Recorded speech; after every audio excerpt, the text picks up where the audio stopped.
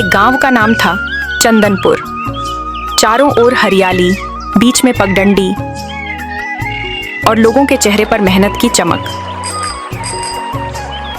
उसी गांव के कोने में एक पुराना सा पर सुगंध से भरा ठेला था, चंदू चिकन करी वाला। चंदू अपने काम में निपुण था। उसकी करी का स्वाद इतना मशहूर था कि लोग दूर दूर से खाने आते थे। उस सुबह भी वह रोज की तरह जल्दी उठ गया। सूरज अभी अभी उगा था, आसमान सुनहरा हो रहा था। वो अपनी थैली लेकर चिकन की दुकान पहुंचा और बोला, भाई 10 किलो ताजा चिकन पैक कर दो, जल्दी देना, ठेला लगाना है। देता हूं भाई, पर आज से दाम बढ़ गए हैं। कितना बढ़ा दिए रे कमीने तूने? बस थोड़ा ही भाई, अब 240 रुपए किलो। चंदू ने गहरी सांस ली। ठीक है, दे दे, और कोई चारा भी तो नहीं। वो चिकन लेकर चला आया।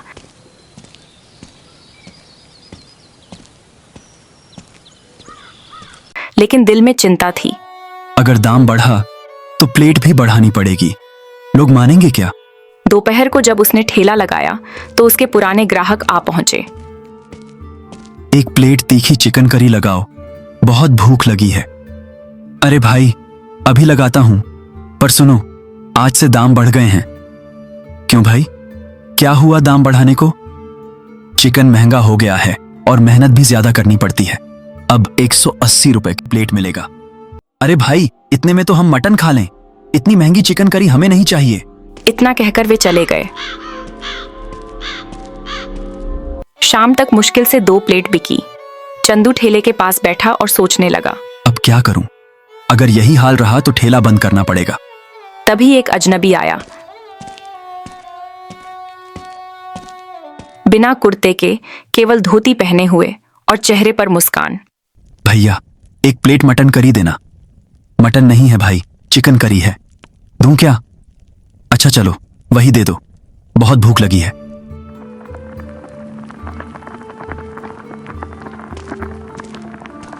वो आदमी आराम से बैठकर खाने लगा। कुछ देर बाद बोला, भाई, तुम्हारी करी में तो बड़ा स्वाद है, बस कमी है मटन की। आप ठीक कह रहे हो भाई, पर मैंने कभी मटन बनाया ही नहीं। हमारे गांव में तो मटन के ठेले बहुत हैं। अरे भैया, तुम्हारे गांव में वैसा मटन कोई नहीं बना सकता जैसा बिहार का होता है। मसाला और तीखापन बस वहीं का असली होता है। अच्छा, आप बिहार से हैं? हाँ भैया, वहीं का हूं। और मैं बता दूं, अगर तुम चाहो तो तुम्हें बिहार का असली मटन मसाला सिखा सकता हूं, लेकिन अभी तो जाना होगा, काम है, फिर मिलते हैं। इतना कहकर वो चला गया।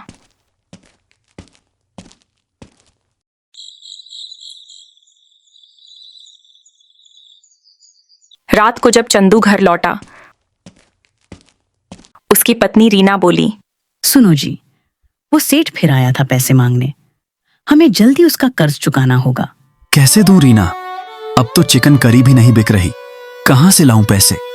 अगर यह नहीं बिक रही तो कुछ नया सोचो, कुछ ऐसा जो लोगों को पसंद आए। चंदू एकदम ठहर गया।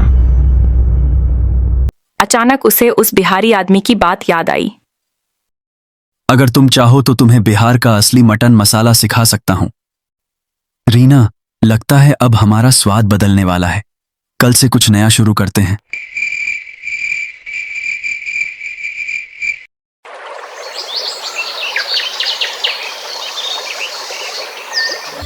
अगली सुबह चंदू ने जल्दी उठकर अपने ठेले को देखा, जैसे वो भी कुछ नया इंतजार कर रहा हो। वो बोला, आज उस बिहारी भाई को ढूंढना ही होगा, वही कुछ रास्ता दिखाएगा। वो पूरे गांव में घूमता रहा। चाय की दुकान पर गया, हलवाई की दुकान पर पेड़ाराम से भी पूछा। अरे भैया, कल एक बिहारी आदमी आया था, लंबा, गोरा, हंसमुख था, देखा कहीं? नारे चंदू, यहां तो ऐसा कोई नहीं दिखा। चंदू का चेहरा उतर गया। अब कहां ढूंढूं उसे? सोचते हुए वो बाजार की तरफ चल पड़ा। बाजार में एक मटन का ठेला था। मसालों की खुशबू हवा में तैर रही थी। वो पास गया तो देखा, वही बिहारी आदमी मजे से मटन खा रहा था। चंदू ने राहत की सांस ली, उसके पास गया और बोला, अरे बिहारी भाई, मैं तुम्हें पूरे गांव में ढूंढ रहा था और तुम यहां मजे से मटन खा रहे हो। अरे भाई, अब जा ही रहा था तुम्हारे गांव से, सोचा जाते जाते थोड़ा मटन खा लूं। भाई, आपने कहा था ना कि आप मुझे बिहारी मटन बनाना सिखाएंगे, वही सीखना है। उसमें कुछ बड़ा राज नहीं है भैया। जैसे तुम चिकन बनाते हो वैसे ही बनाओ। फर्क बस इतना कि उसमें खड़े मसाले, तेजपत्ता, लौंग, इलायची और प्याज थोड़ा ज्यादा डालना। और हाँ, मटन सरसों के तेल में ही पकाना। तब देखना स्वाद ऐसा कि लोग उंगलियां चाटेंगे। बस इतना ही? बस इतना ही भैया। दिल से बनाओगे तो स्वाद अपने आप आएगा। धन्यवाद भाई। कल से मेरा ठेला मटन करी वाला ठेला बनेगा। और दोनों अपने अपने रास्ते चल पड़े, एक नया स्वाद और नई उम्मीद लेकर। अगले दिन सुबह सुबह चंदू उत्साह से भरपूर उठ गया। सूरज की किरणें उसके आंगन में सुनहरी चमक बिखेर रही थी। तभी अंदर से रीना आकर बोली, सुनिए जी, आज तो बहुत जल्दी उठ गए। आज नया दिन है रीना, और नया स्वाद भी। वो बाजार चला गया। प्याज, टमाटर, अदरक, लहसुन खरीदने के बाद परचून की दुकान पर गया और गरम मसाला और सरसों का तेल खरीदा। दुकानदार ने पूछा, अरे चंदू भैया, आज तो बहुत सारा सामान ले रहे हो, क्या कुछ नया चल रहा है? बस भाई, अब चिकन नहीं मटन चलेगा। देखना पूरा गांव खुशबू से भर जाएगा। पहले दिन था, इसलिए उसने केवल 5 किलो मटन लिया। घर लौटकर उसने प्याज और टमाटर बारीक काटे, खड़े मसाले निकाले, तेजपत्ता, लौंग, दालचीनी और इलायची। रीना बोली, सावधानी से बनाना जी, नया ठेला है, लोग ध्यान से छकेंगे। तुम बस देखती रहो, आज हमारा नसीब बदलेगा। दोपहर होते होते उसने नया बोर्ड लगाया, चंदू का बिहारी मटन, स्पेशल स्वाद। जैसे ही उसने मटन को सरसों के तेल में भूनना शुरू किया, पूरे इलाके में खुशबू फैल गई। तभी उसके पुराने ग्राहक आए और बोले, अरे चंदू, आज तेरे चिकन की खुशबू कुछ अलग ही लग रही है भाई। भाई, ये चिकन नहीं है, ये तो बिहार का स्पेशल मटन है। नया स्वाद, नई खुशबू। अरे वाह, नया स्वाद मतलब क्या? मतलब मसालों का जादू और सरसों के तेल का तड़का। एक बार खाओगे तो बार बार आओगे। नाम सुनते ही मुंह में पानी आ गया। पर दाम क्या है भाई? मटन है मतलब महंगा होगा। ज्यादा नहीं, बस 280 रुपए प्लेट। भाई, खुशबू तो जबरदस्त है। अब चाहे जो भी दाम हो, 2 प्लेट लगा दे। चंदू ने प्लेटें सजाईं। गर्मा गर्म मटन करी, सादा चावल, साथ में कटी प्याज और नींबू। ग्राहक ने पहला निवाला मुंह में डाला और आंखें बंद कर लीं। अरे वाह चंदू, क्या ही मटन बनाया है तूने।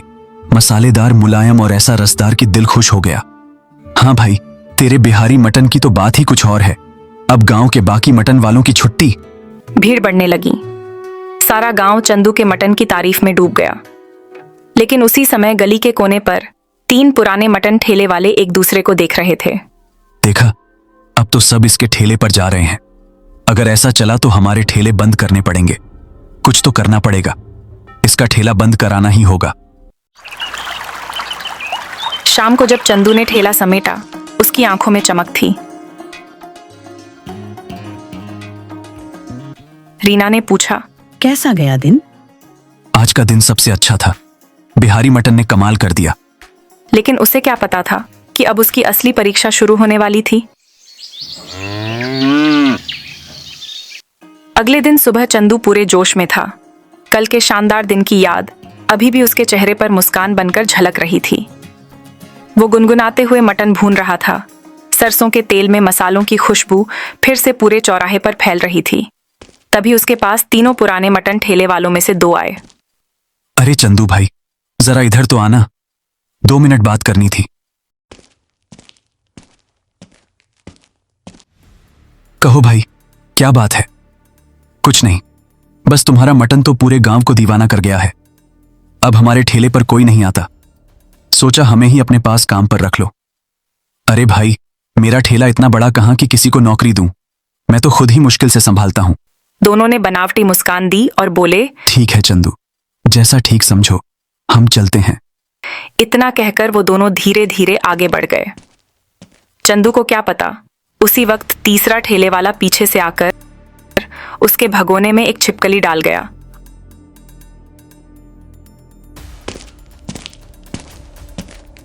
और चुपचाप भीड़ में गायब हो गया। कुछ देर बाद गांव के मुखिया अपने मुनीम के साथ वहां पहुंचे। अरे चंदू, तेरे मटन की बहुत चर्चा सुनी है। आज हम भी चखेंगे तेरी मशहूर बिहारी मटन करी। जी मुखिया जी, आज आपको ऐसा स्वाद मिलेगा कि याद रह जाएगा। उसने झटपट गर्मा गर्म मटन चावल के साथ परोसा और सामने रख दिया। मुखिया ने पहला कौड़ लिया, मुस्कुराए, लेकिन जैसे ही दूसरा निवाला उठाया उनकी थाली में कुछ उछला। मुखिया चीख पड़े, थाली जमीन पर गिर गई। अरे यह क्या चंदू, तू गांव वालों को ऐसी गंदी करी खिलाता है, शर्म नहीं आती? आज से तू इस गांव में ठेला नहीं लगाएगा। चंदू के पैरों तले जमीन खिसक गई। मुखिया जी, मैं कसम खाकर कहता हूं, मुझे नहीं पता यह छिपकली कैसे आई। मैं कभी ऐसा नहीं कर सकता। पर कोई उसकी बात सुनने को तैयार नहीं था। मुखिया और गांव वाले गुस्से में चले गए। चंदू वहीं बैठा रह गया, आंखें भर आईं। फिर धीरे धीरे बोला, जब वो दोनों मुझे ठेले से दूर बुला रहे थे तभी कुछ गड़बड़ लगी थी। जरूर उन्हीं ने यह किया होगा। उसने गहरी सांस ली और कहा, अब चाहे जो हो जाए, मैं इस साजिश का पर्दाफाश जरूर करूंगा। वो ठेला समेटकर चुपचाप घर चला गया। लेकिन इस बार उसके दिल में डर नहीं, इंसाफ की आग जल रही थी।